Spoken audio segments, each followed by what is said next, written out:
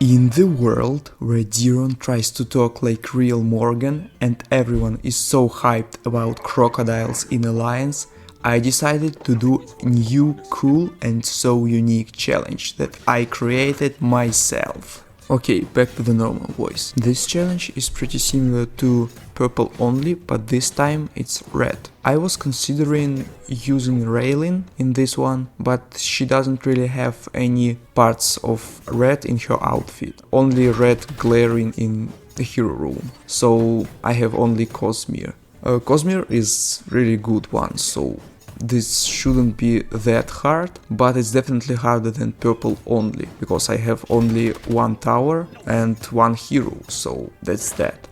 Also in this one I have only magic towers, so I might have some troubles with magic resistance enemies, but Cosmere and reinforcements should help me with that. Cosmere himself does mostly physical damage, so Cosmere and Channeler are really good combo, to be honest. I am playing on Impossible and I have plans to beat every level with no lives lost. I don't know about Undying Fury, but at least main campaign should be beatable. And as you have seen, Cosmere pretty much solos first level, so there is nothing pretty much to say about it. Second level is too easy as well, as I think every other level in first area.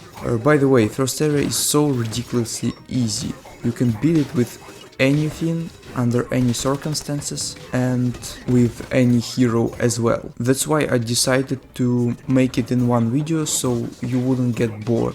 Okay, now let's focus on a bit more on gameplay. So what am I doing here? It's basically using a lot of channelers, so Cosmere has more damage, as Channeler is Dark Army tower and it buffs heroes damage.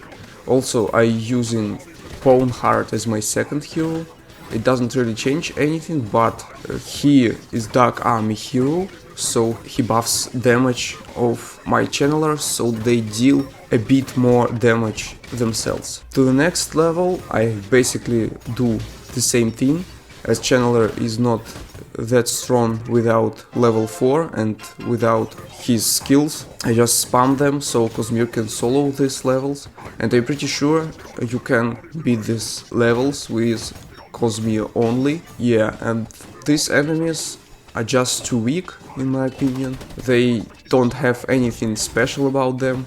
Some of them have magic resistance like turtles, but other than that, bears have medium armor, but it's not the problem, since even Cosmere, who deals physical damage, can kill them pretty easily with his skill and insta-kill and this magic crystal. Boars, every boar enemy is just too weak. Weak one and armored one, they're just not it. Reds are kind of interesting, but again, too easy to counter.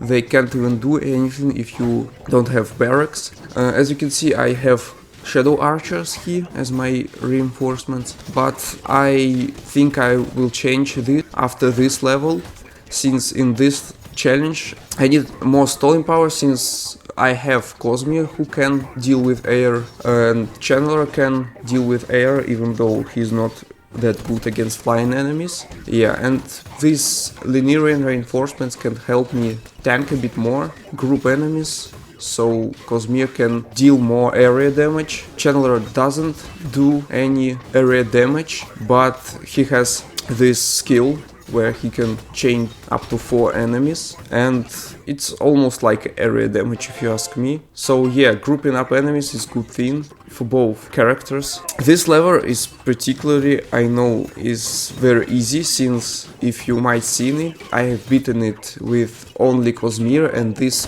Arborean barracks. I didn't use anything else, since Cosmere is so OP, and I think he is second best hero in the game.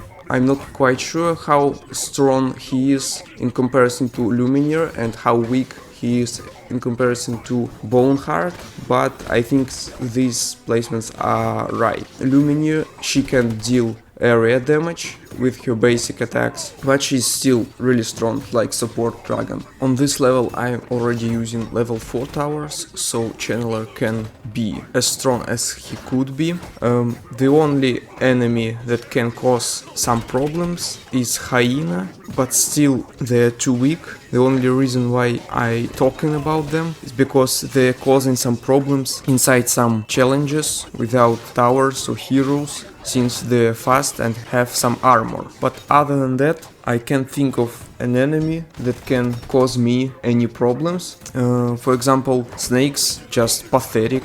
They deal 1 to 2 damage and their poison deals 1 damage per second. It's ridiculous, and Cosmere has immune to their poison, so they're basically useless. They don't do anything. You can't feel their impact. You can infinitely stall them with any hero, since they just can't kill anything. 1 to 2 damage is just nothing.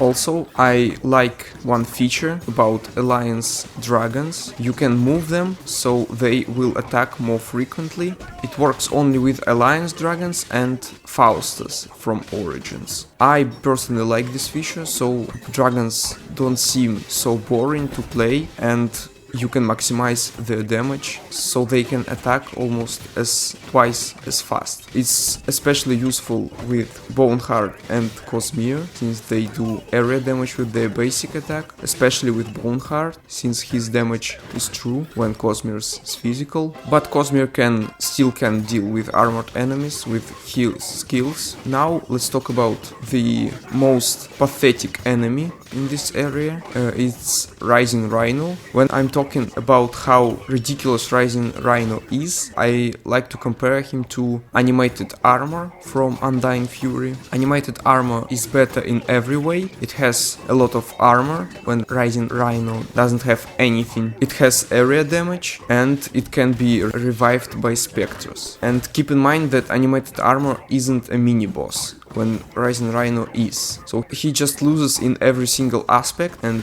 it seems crazy since he's the strongest enemy in this area, and if you compare him to other mini bosses like Deathwood or Flash Behemoth, it's just no needed. The last enemy I'd like to talk about is Skunk. I think this enemy is not bad. He's underrated and he has some uses against us. So he deals surprisingly good damage when he can stack his potions, and I think if they're willing to do Wild Beast mini campaign, Skunk should be the only who need to come back, because they can cause some troubles if you not paying attention. Also guys, what do you think about Alliance's future? I think there is a potential and updates can be fire if Ironhide will keep doing what they're doing now.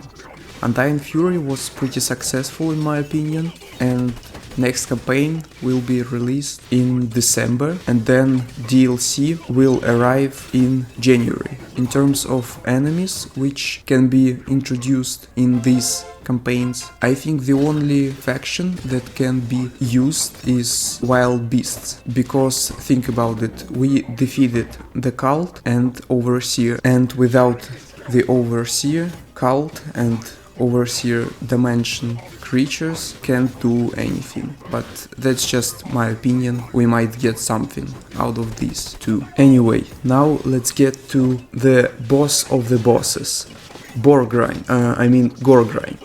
So what can I say about him? He's just too weak and too pathetic.